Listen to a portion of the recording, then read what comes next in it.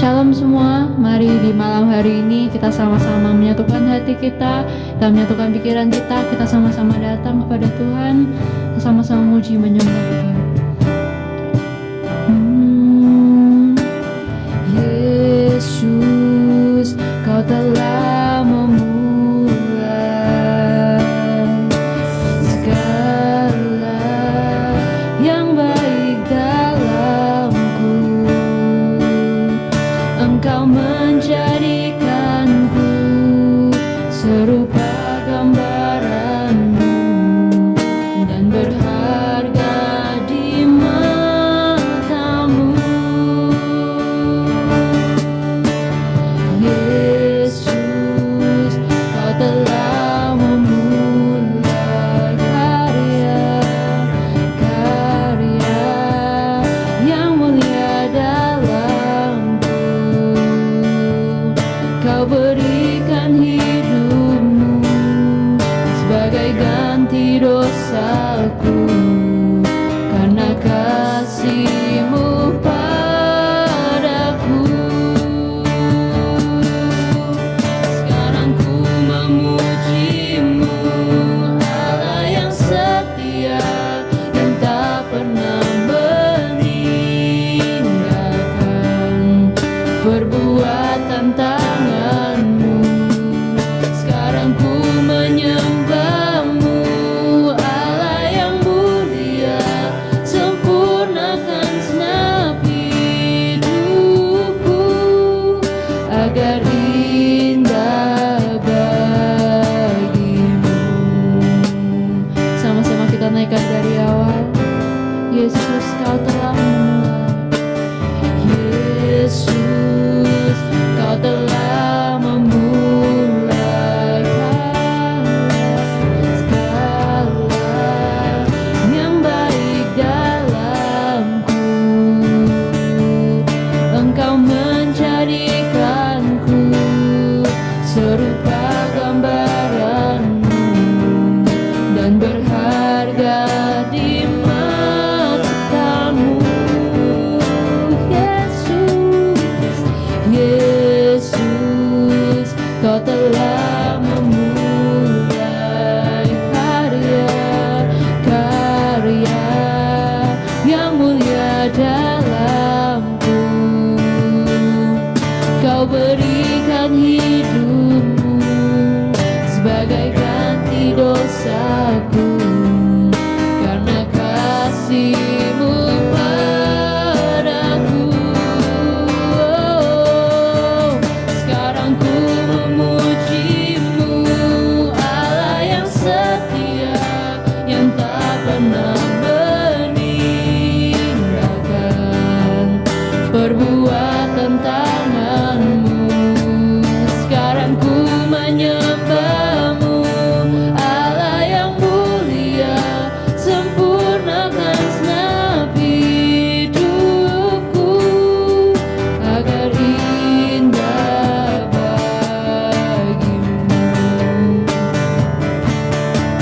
Sekarang ku memuji-Mu, Allah yang setia, yang tak pernah meninggalkan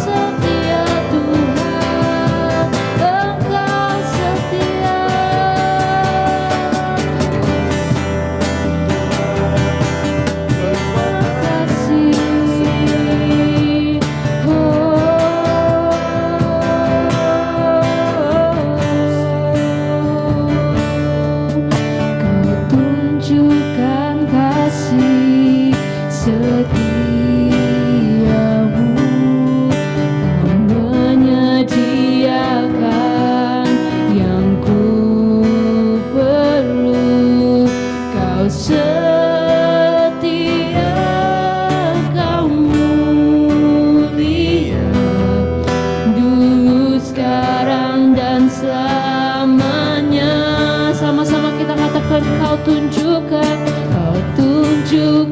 kasih setiamu. Kau menyediakan yang ku perlu. Kau setia, kau mulia, Bapa, kau setia. Oh, kau tunjukkan kasih setiamu. Kau menyediakan yang ku perlu. Kau setia, kau mulia, dulu, sekarang, dan selamanya. Kau tunjukkan kasih setiamu. Kau menyediakan yang ku perlu. Kau setia, kau mulia, Bapa, kau setia.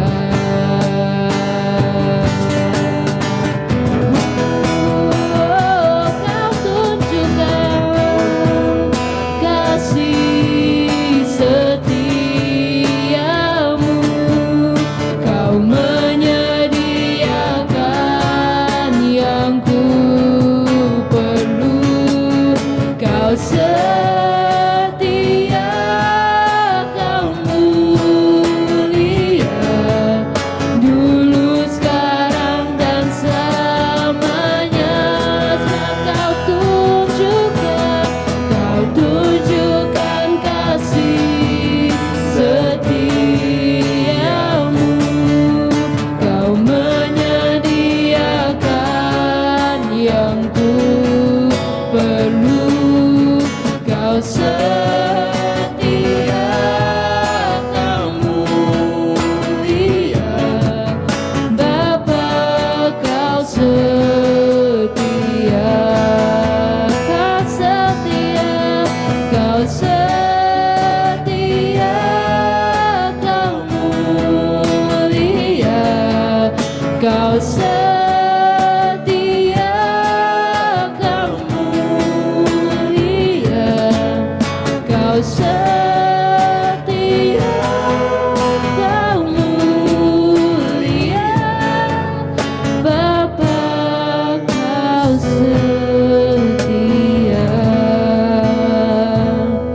Kami bersyukur Tuhan, kami bersyukur Yesus atas kasih setiamu bagi setiap kami Tuhan. Kau Allah yang setia bagi setiap kami Tuhan. Kau bisa bersatu hati Tuhan pada malam hari ini, meskipun di tengah-tengah kesibukan kami, namun Kau percaya Engkau selalu bersama kami Tuhan. Terima kasih Tuhan. Engkau sebentar kami mendengarkan firman-Mu Tuhan. Biarlah firman yang akan kami dengar ini menjadi pelita bagi hidup kami Tuhan, menjadi terang bagi jalan kami.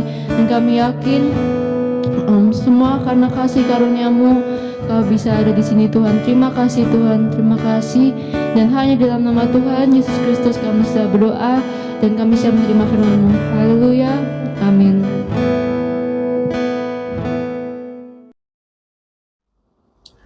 Shalom dan selamat malam Bapak Ibu Saudara yang terkasih di dalam nama Tuhan Yesus Kristus.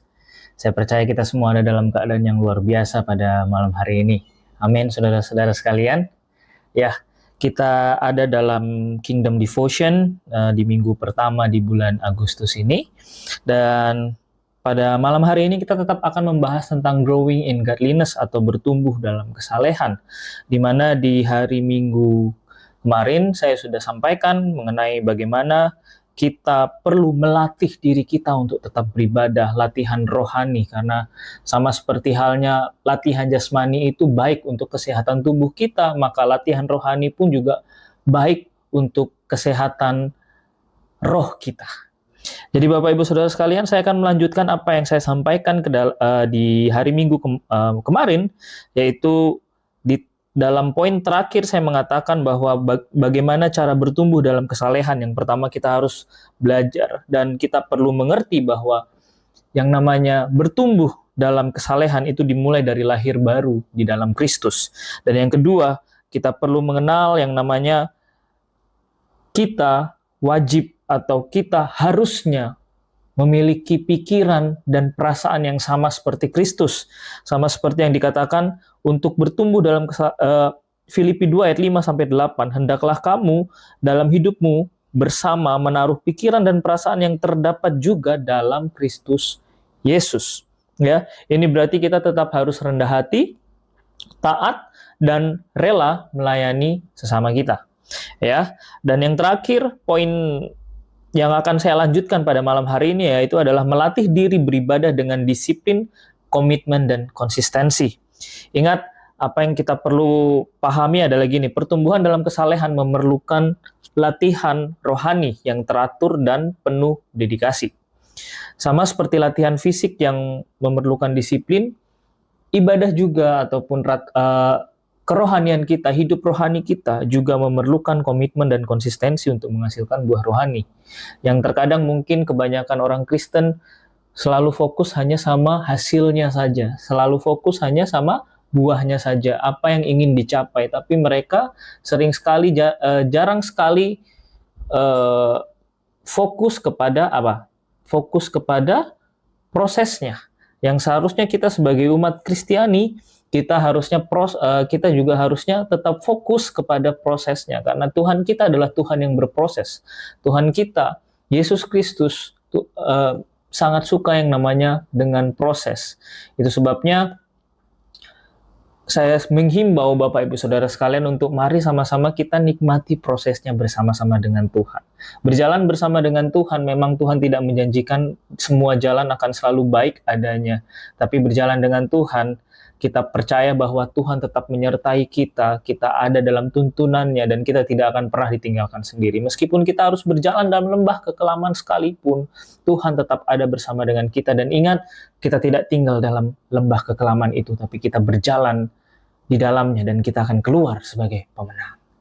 Ya, nah, latihan yang seperti apa yang dimaksud di sini? Dalam 1 Timotius 4 ayat 7 dan 8, dikatakan dari situ adalah gini, latihlah dirimu beribadah, latihlah dirimu beribadah. Latihan badani terbatas gunanya, tetapi ibadah itu berguna dalam segala hal. Ya, nah, banyak sekali hal yang kita bisa teladani dari Alkitab ya, dari firman Tuhan. Kita bisa melihat dari teladan Kristus yang melingkupi semua aspek kehidupan kita. Seperti apa yang telah disampaikan di hari Minggu kemarin, ingat apa yang saya sampaikan, yaitu dalam aspek apa saja? Pikiran kita, perkataan kita, perasaan kita, dan juga perbuatan kita. Semuanya harus ada sesuai dengan pikiran dan perasaan Kristus. Nah, terutama dalam Perjanjian Baru kita juga bisa melihat bagaimana para rasul-rasul yang telah diutus oleh Kristus melakukan bagian mereka, menunjukkan meneladani mereka bagaimana mereka melakukan tugas dan panggilan mereka setelah Tuhan Yesus naik ke surga. Nah, pada malam ini dengan sederhana kita akan melihat apa yang Paulus tuliskan pada surat keduanya kepada jemaat di Korintus, ya Bapak Ibu Saudara sekalian. Ini sebenarnya sesuai dengan bacaan tahunan kita yang pada hari ini, yaitu kita akan mengambil dari 2 Korintus 6, ya Bapak Ibu Saudara sekalian. Dikatakan dalam 2 Korintus 6 ayatnya yang ketiga, dalam hal apapun kami tidak memberi sebab orang tersandung, supaya pelayanan kami jangan sampai dicela. Sekali lagi, 2 Korintus 6 ayat 3 berkata demikian, dalam hal apapun kami tidak memberi sebab orang tersandung, supaya pelayanan kami jangan sampai dicela. Dan di ayat selanjutnya, di ayat yang keempat sampai yang ke-10, kita melihat bagaimana teladan yang seharusnya kita bisa lakukan dalam kehidupan kita sehari-hari. Ya, dikatakan, sebaliknya, dalam segala hal kami menunjukkan bahwa kami adalah pelayan Allah. Yaitu poin yang pertama yang kita mau lihat di sini. Yaitu apa? Dalam menahan dengan penuh kesabaran. In great endurance. Ya, kita tetap terus bertahan dengan penuh kesabaran dalam apapun itu yang terjadi dalam kehidupan kita. Yang kedua, dikatakan di sini dalam penderitaan, kesesakan dan kesukaran. Kalau dalam bahasa Inggris dikatakan in troubles, hardship and distress. Ya. Apakah dalam keadaan seperti itu kita tetap mencerminkan karakter Kristus dalam kehidupan kita? Hanya Bapak Ibu Saudara sekalian yang bisa menjawab pertanyaan tersebut. Ya, yang ketiga dikatakan dalam menanggung dera, in beatings, atau sebenarnya kalau dalam bahasa lainnya sinonimnya dari dera itu sendiri adalah gini, hajaran. Seberapa banyak di antara kita yang mungkin satu masalah belum selesai, masalah lain sudah datang kembali. Kita banyak sekali mendapatkan hajaran bertubi-tubi di dalam kehidupan kita. Tapi saya percaya Bapak Ibu Saudara sekalian, ketika kita belajar untuk tetap bertahan dalam segalanya, terutama dalam hajaran-hajaran ini, itulah latihan rohani yang sesungguhnya dalam kehidupan kita. Dan dikatakan lagi, selain dalam menanggung dera, dikatakan dalam penjara dan kerusuhan, imprisonment and riots, dan dalam berjerih payah, dalam berjerih payah itu in hard work atau bekerja keras, ya, berjerih payah itu bekerja keras.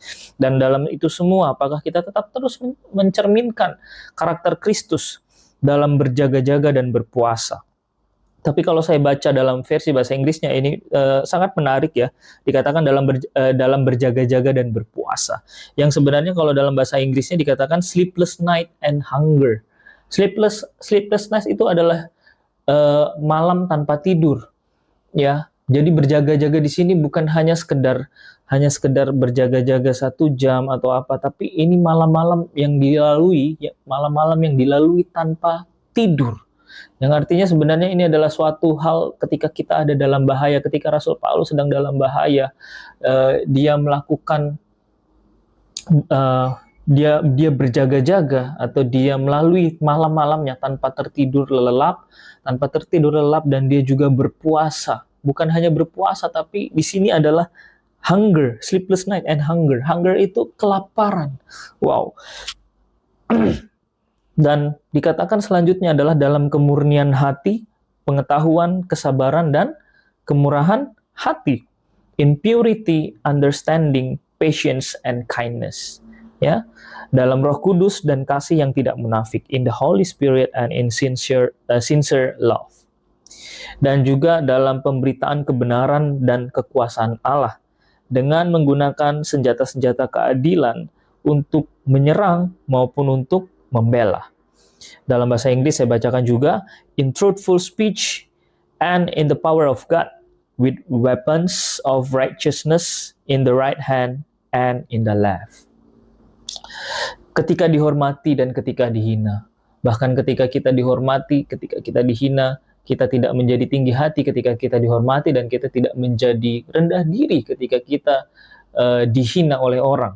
Tapi tetaplah kita ada dengan karakter Kristus yang demikian rupa, sehingga kita tetap terus belajar untuk tetap rendah hati, untuk tetap terus berlatih secara rohani. Ini latihan rohani kita yang harus kita jalani. Dan ketika diumpat atau ketika dipuji, ketika dianggap sebagai penipu namun dipercayai, sebagai orang yang tidak dikenal namun terkenal. Wow, sebagai orang yang nyaris mati dan ternyata masih hidup. Ya. Sebagai orang yang dihajar namun tidak mati. Kita tahu sendiri bagaimana kehidupan Rasul Paulus di saat dia menuliskan surat-suratnya. Dia banyak sekali didera, disiksa, bahkan dia dipenjarakan. Tapi itu tidak memudarkan sukacitanya yang luar biasa ketika dia melihat jemaat-jemaat di kota-kota yang ia kunjungi boleh bertumbuh bersama. Ya, Bapak Ibu Saudara sekalian. Dikatakan selanjutnya bahwa gini, sebagai orang berduka cita, namun senantiasa bersuka cita. Sorrowful, yet always rejoicing. Wow, luar biasa ya Bapak Ibu Saudara sekalian, di mana berapa banyak di antara kita hari-hari ini yang dimana kalau kita dapatkan suatu berita yang buruk, dan itu akan membuat sukacita kita hilang. Yang seharusnya ingat apa yang firman Tuhan katakan, bersukacitalah senantiasa, bersukacitalah dalam segala hal. Dan apakah itu mudah untuk dilakukan? Ya, saya paham bahwa itu memang tidak mudah untuk kita lakukan, bersukacita dalam segala hal. Tapi ketika kita mampu mempraktekkannya dalam kehidupan kita sehari-hari, kita menjadi seorang yang menang atas keadaan kita. Kita tidak kalah akan keadaan kita. Mau keadaan datang silih berganti, masalah datang silih berganti, tapi kita tetap melakukan firman Tuhan. Kita bukan apa yang diperkatakan oleh orang, kita bukan apa yang diperkatakan oleh keadaan di sekitar kita, tapi kita tetap menjadi orang yang apa yang Tuhan Yesus katakan tentang kita. Sebagai orang miskin namun memperkaya banyak orang. Poor yet making many rich. Dan yang terakhir dikatakan sebagai orang tak bermilik, sekalipun kami memiliki segala sesuatu. Having nothing and yet possessing everything. Ya, Bapak Ibu Saudara sekalian, jadi sekali lagi saya menghimbau, saya menguatkan Bapak Ibu Saudara sekalian bahwa bagaimana caranya kita untuk dapat hidup atau bertumbuh dalam kesalehan. Yang pertama adalah kita perlu memahami lahir baru di dalam Kristus adalah permulaannya. Dan yang kedua, mengenakan pikiran dan perasaan Kristus. Yang ketiga, kita melatih diri beribadah dengan disiplin, komitmen, dan konsisten. Dan contoh-contoh di atas tadi, contoh-contoh yang sudah kita baca dan kita bahas satu persatu, itu adalah contoh bagaimana kita dapat beribadah dengan benar. Beribadah itu bukan hanya sekedar datang ke gereja, we worship, kita memuji, menyembah dengan lagu-lagu, dan kita mendengarkan firman Tuhan. Bukan. Beribadah yang sejati itu adalah ketika kita dipanggil keluar, kita keluar daripada gereja, kita keluar dari gedung gereja, dan kita menjadi saksi Kristus di antara orang-orang di sekitar kita, di keluarga kita, di lingkungan tempat tinggal kita, di tempat kita bekerja, di tempat kita kuliah, di tempat-tempat yang saat ini Tuhan percayakan kepada kita, kita menjadi saksi Kristus. Itu adalah ibadahmu yang sejati. Ibadah kita yang sejati adalah di mana Tuhan menempatkan kita hari-hari ini.